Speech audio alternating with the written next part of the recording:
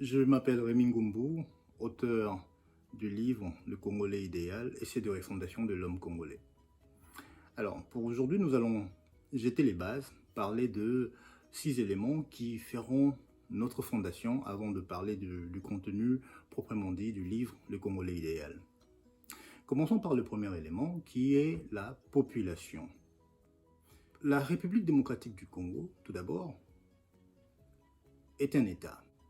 Pour être un État, il faudrait qu'il y ait 3 éléments constitutifs. Il s'agit de la population, il s'agit d'un gouvernement ou d'un pouvoir politique qui s'exerce sur cette population et enfin tout cela sur un territoire bien déterminé.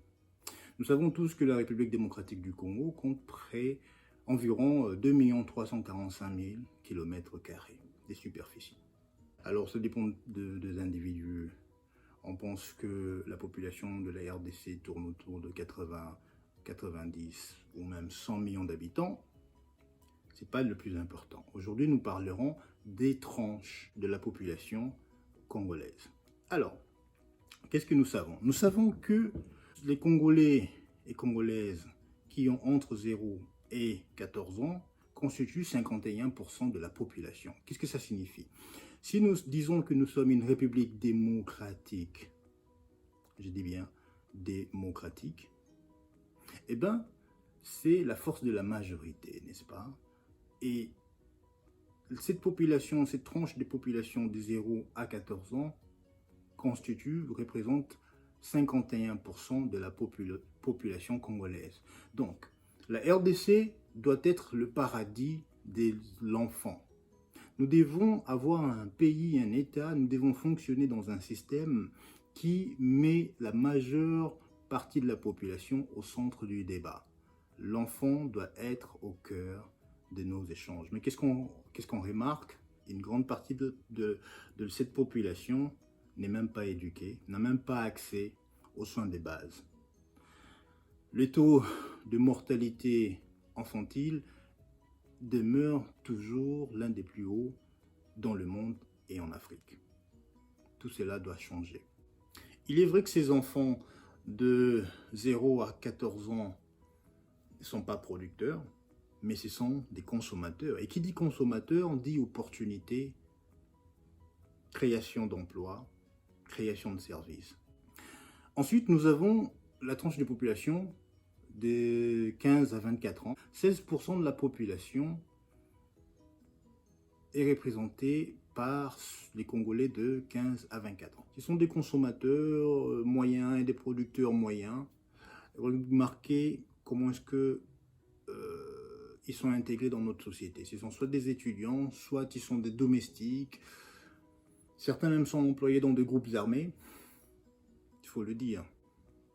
Et ils ne bénéficient pas d'un cadre d'essai ni de pratique. Devenons plus conscients pour qu'il y ait ce courroie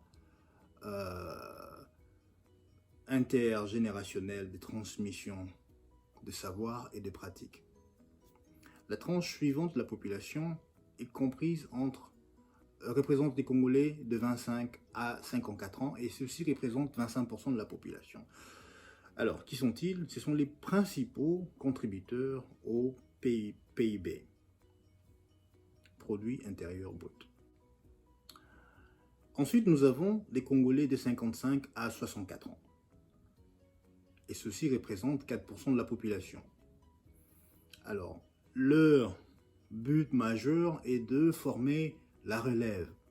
En réalité, nous avons ces Congolais qui sont les pré-retraités de 55 à 64 ans qui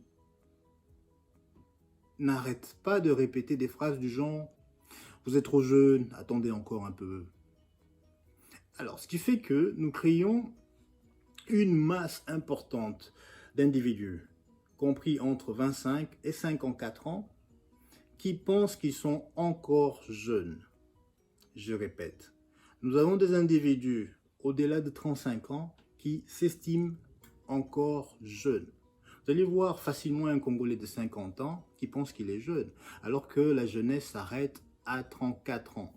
Devenons conscients de ces appellations qui nous retardent, qui travaille sur notre mentalité et qui nous ramène en arrière, qui retarde le développement individuel et le développement de notre pays. Il y a aussi un autre terme, une autre appellation que nous devons revoir ce soir. Orphelin. Ah non, désolé de décevoir ceux-là de 40 ans, 35 ans, 22 ans, 19 ans, 60 ans, que vous rencontrez, qui vous disent ouais, ouais, moi je suis orphelin. Et tu regardes, mais attendez, un orphelin, c'est un enfant. Enfin, nous allons parler de ces 2% de la population congolaise qui sont compris entre 65 ans et au-delà. Ce sont les retraités.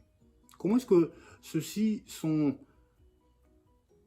je dirais, quel est leur rôle dans la société congolaise? Nous les retrouvons comme des personnes qui contribuent pas du tout au PIB de manière officielle. Qu'est-ce que ça signifie? Ça veut dire que lorsqu'ils nous donnent des conseils au cours des grandes cérémonies, avant les grandes cérémonies, avant des grandes décisions de la vie telles que le mariage, ces conseils-là ne sont juste pas capitalisés, ne sont juste pas monétisés. Nous ne donnons pas la valeur aux conseils que nous recevons de cette tranche d'individus.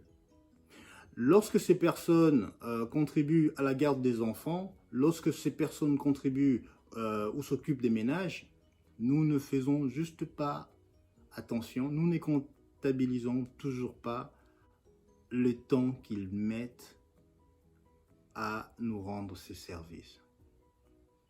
Alors que si nous essayons de capitaliser leur temps, on va y revenir tout à l'heure, ce serait autre chose. On verrait combien toutes ces personnes contribuent. N'oubliez pas de vous abonner et d'activer la clochette pour être notifié chaque fois qu'une nouvelle vidéo sera postée. Portez-vous bien et à très bientôt.